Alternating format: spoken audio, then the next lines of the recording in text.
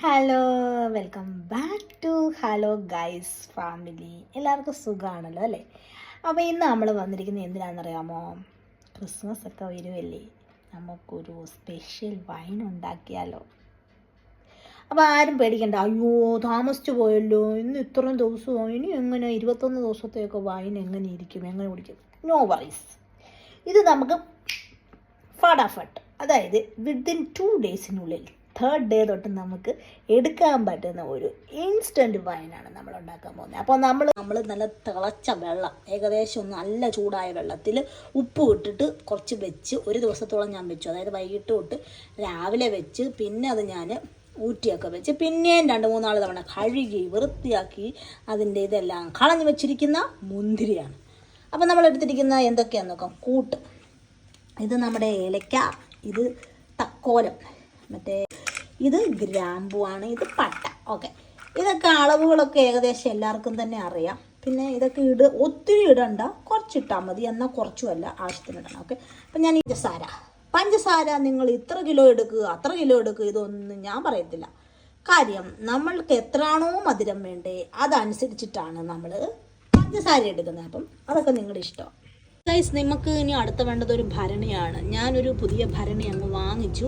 കാര്യം ഞാൻ നേരത്തെ ഉപയോഗിച്ചുകൊണ്ടിരുന്നത് നമ്മൾ ഉപ്പുമാങ്ങയൊക്കെ ഇടാൻ എടുത്തത് കൊണ്ട് ഇനി നമുക്കത് യൂസ് ചെയ്യാൻ പറ്റത്തില്ല. അങ്ങനെയാണ് ഞാനൊരു പുതിയ ഭരണി വാങ്ങിച്ചത്.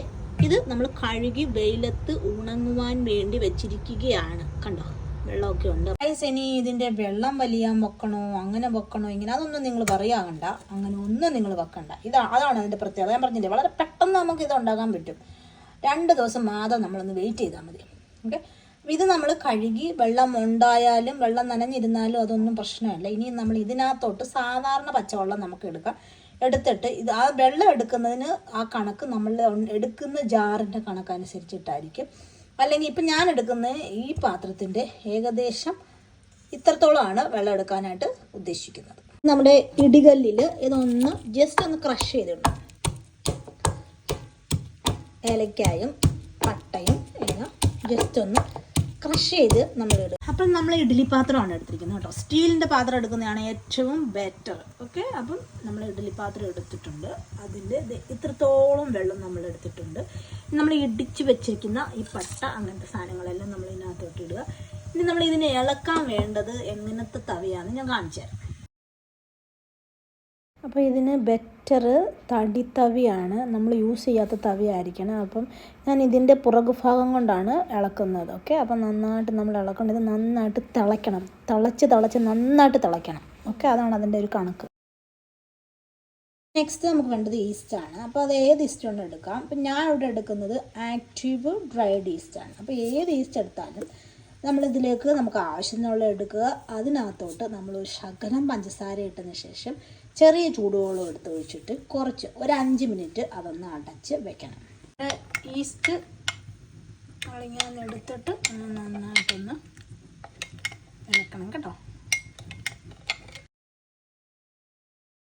ഇനി നമ്മൾ ഈ മുന്തിരിങ്ങ നന്നായിട്ട് തിളച്ച് ഇതിനകത്ത് സത്ത് മുഴുവൻ നമ്മൾ ഉടച്ചെടുക്കണം. എന്നിട്ട് ഇതിനെ നമ്മൾ ആറാൻ വെക്കണം. ആറിയതിന് ശേഷം നമ്മൾ ഇതിലേക്ക് ഈസ്റ്റ് കലക്കി വെച്ചത് ഇത് ആറി കഴിയുമ്പം ഇതിനകത്തോട്ട് ഒഴിച്ചു കൊടുക്കണം. നമ്മൾ വെയിലത്ത് വെച്ച കുപ്പി നന്നായിട്ട് ഉണങ്ങിയെല്ലാം അതിൻ്റെ വെള്ളമെല്ലാം വറ്റി. പിന്നെ നമ്മൾ നന്നായിട്ട് ഉടച്ചെടുത്ത് വെച്ച മുന്തിരിങ്ങായും ഇവിടെ റെഡിയാണ്. ഇനി നമ്മളിത് ഇതിനകത്ത് ഓൾറെഡി ഈസ്റ്റ് വിട്ടതാണ്. ഇത് നന്നായിട്ട് തണുത്ത് കഴിയുമ്പം നമ്മളിതിനെ എന്ത് ചെയ്യണം, ഈ കുപ്പിക്കകത്ത് ഒഴിച്ച് അടച്ച് വെക്കണം. ഓക്കെ, ഇതിൻ്റെ മണ്ടയ്ക്ക് നമുക്കൊരു തുണി വെച്ച് കെട്ടാം. ഇതിനിപ്പോൾ ഓൾറെഡി 2 അടപ്പുണ്ട്. പക്ഷെ എന്നാലും ഞാൻ ഒരെണ്ണം മണ്ടയ്ക്ക് വെച്ചൊരു മുകളിലുള്ളതൊക്കെ നമ്മൾ തുടച്ച് മാറ്റി ഒന്നുകൂടെ നല്ല വൃത്തിയാക്കിയിട്ട് വേണം ഇത് കെട്ടി വെക്കാൻ. ഇതിൻ്റെ മണ്ടയ്ക്ക് നമ്മൾ ഇതുകൊണ്ട് അടയ്ക്കാം, നന്നായിട്ട് അടച്ച് എടുത്ത് വെക്കാം. അപ്പോൾ നമ്മളൊരു തുണി കൊണ്ട് നന്നായിട്ട് കെട്ടി ഇത് ഒരു ഇരുട്ട ഭാഗത്ത് നമ്മൾ വെച്ചു. 2 ദിവസം ഒരേ സമയത്ത് നമ്മൾ ഇളക്കി കൊടുക്കണം. അതിനുശേഷം 3ാമത്തെ ദിവസമാണ് നമ്മളിത് എടുക്കേണ്ടത്. അപ്പോൾ അത് ഇളക്കിയതിൻ്റെ വീഡിയോ എനിക്ക് എടുക്കാൻ പറ്റിയില്ല. അപ്പോൾ അതെല്ലാം കഴിഞ്ഞ് ഊറ്റി വെച്ചതാണ് ഇത്. അത് വീണ്ടും പിഴിഞ്ഞെടുക്കേണ്ട ആവശ്യമില്ല. അതിൻ്റെ തെളിനീര് മാത്രം എടുത്താൽ മതി. എന്നിട്ട് അത് കുപ്പികളിലാക്കി ചില്ല് കുപ്പിയിലാക്കി വെക്കാം.